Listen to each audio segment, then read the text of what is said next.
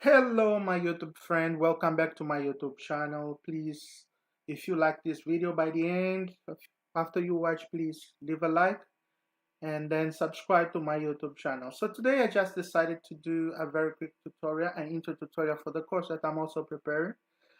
Since that I'm actually building a JavaScript course for you guys, I also decided to include within this course, but I'll be building this course separately. I decided to build a not a JavaScript, but a CSS and HTML course. So by the end of this tutorial, you guys will be learning on how to build this wonderful page.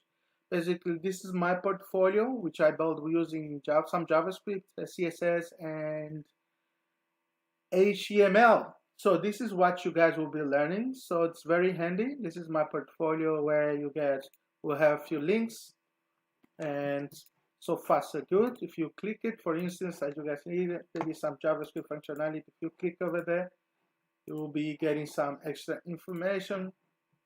Same will happen to those products. And there is also my tech stacks that I learned.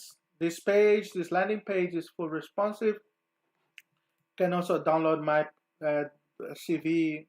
So these days, it's very neat to build a portfolio, online portfolio, if you want to apply for a job, because by sending just a normal CV doesn't look right. So by doing this, you're gonna get more attention for your future employer, and this is what you guys will learn on top of that. So as I mentioned, this course is on HTML and CSS. This page is full responsive, and you guys will learn also on how to do that. So I hope you guys will like it. So I'm just going to show you how responsive this page is, and I'll just click here, and then you guys will see that the page is full responsive, right? It's totally full responsive. And then everything that I'm going to teach you here is actually the topics that you'll be using in a daily basis as a front-end web developer.